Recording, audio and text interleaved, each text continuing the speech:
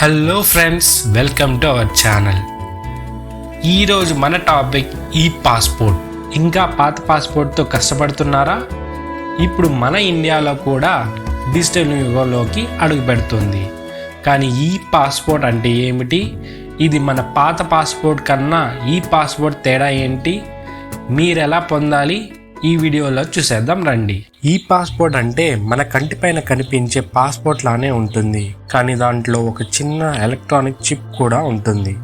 మరి ఈ చిప్లో మన వ్యక్తిగత సమాచారం, ఫోటో, ఇంకా బయోమెట్రిక్ వివరాలు, ఫింగర్ ప్రింట్స్ వంటివి స్టోర్ అయ్యి ఉంటాయి.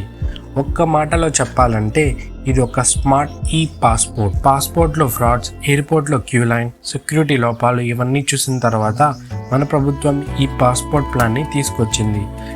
ఇది డిజిటల్ ఇండియాలో భాగంగా తీసుకొచ్చిన చక్కటి అడుగు. 2022లో ఇండిపెండెన్స్ డే రోజున ప్రధానమంత్రి నరేంద్ర మోడీ గారు ఈ పాస్పోర్ట్ ప్రాజెక్ట్ అధికారికంగా ప్రకటించారు.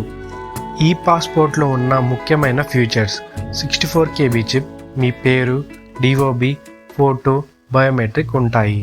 ఈ గేట్ల ద్వారా వేగంగా ఇమిగ్రేషన్ కూడా జరుగుతుంది. ఐడెంటిటీ మోసం తగ్గుతుంది. అంతర్జాతీయ ICAO ప్రమాణాలకు అనుగుణంగా ఉంటుంది. మరి ఈ పాస్పోర్ట్ పొందడం చాలా సులభం.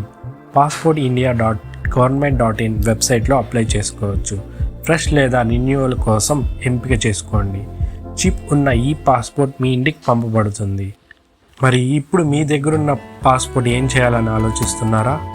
పాస్పోర్ట్ రెన్యువల్ చేసుకునే ముందు ఈ పాస్పోర్ట్ మీకు వస్తుంది. Thank you. జై హింద్.